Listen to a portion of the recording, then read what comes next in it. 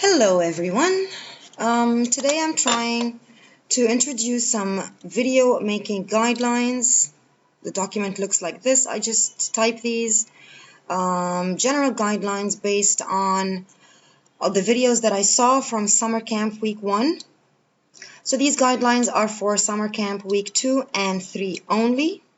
They are not related to the videos that we will be uploading for the academic year. They are only for the summer camp. Now I have put this same document here on the Google Share Drive, so you can all have a look at it and keep it as a reference. But I would like to go through it with you to show you examples of what I mean. So you all know the objectives for this. It is to revise for the students who attended and for the students who are absent, for them to get a strong idea, a summary of the things that we did throughout the week, ending with the writing, which is usually an accumulation of the vocab and the skills that they learned in that week. So for week 2, I would like you all please to start speaking much slower than you would speak in your real life. Why? Because when the audio is recorded, it sounds very different in the student's ear, and right now I decided to do this as a video just to show you what I mean. If I'm in the same class with you or on Zoom and I'm talking, it's much clearer than when it's recorded like right now. I know it's difficult to speak slowly, even for me right now. I'm trying to be aware of my pace. The second thing is please visualize. A lot of the videos that I saw were very black and white, and I don't mean imagine, I literally mean add visuals. Using images, colors, arrows, if there's a way to annotate, that would be great.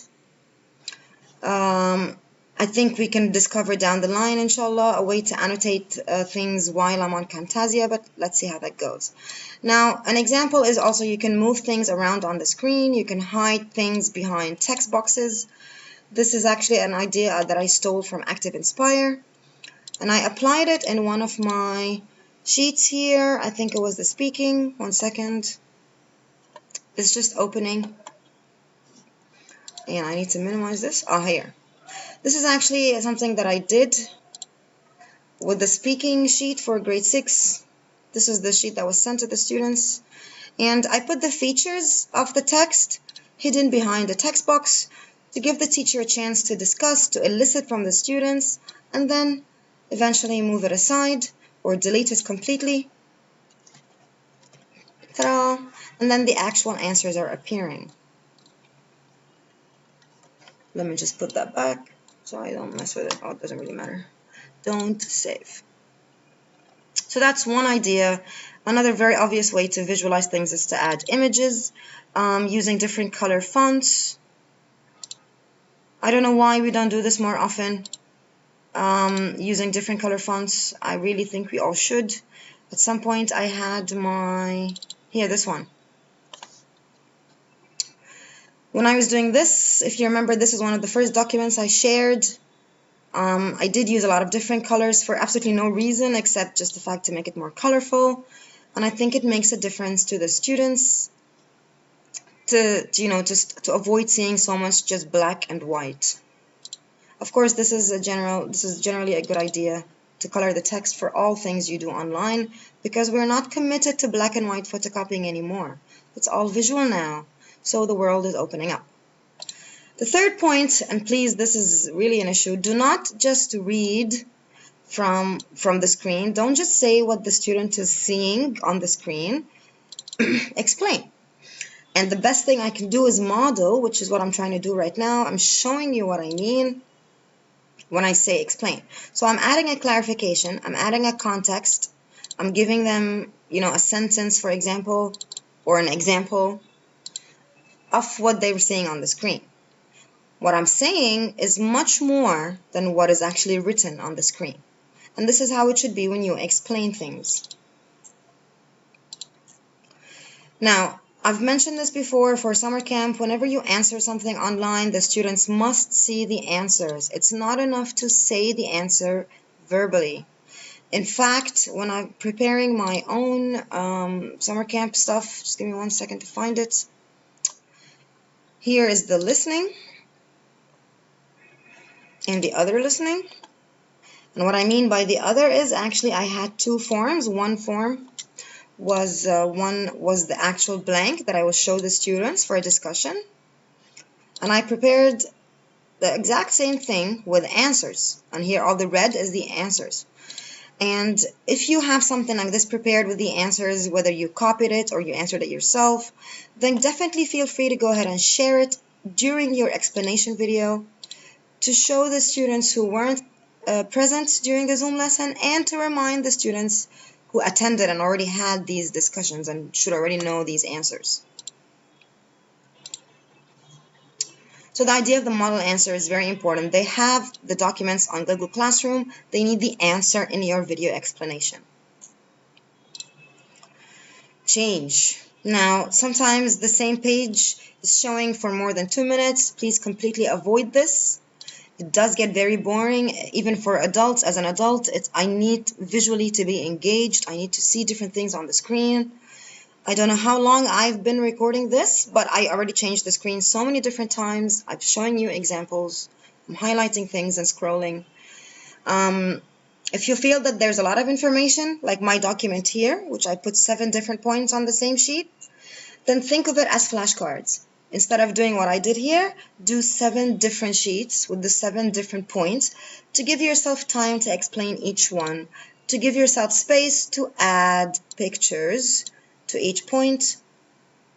So don't think in terms of pages like textbook pages, think of terms of flashcards and posters. This is something that is more digital, more colorful, more to the point, and then you get to change a lot of pages instead of just showing one page for more than 2 minutes.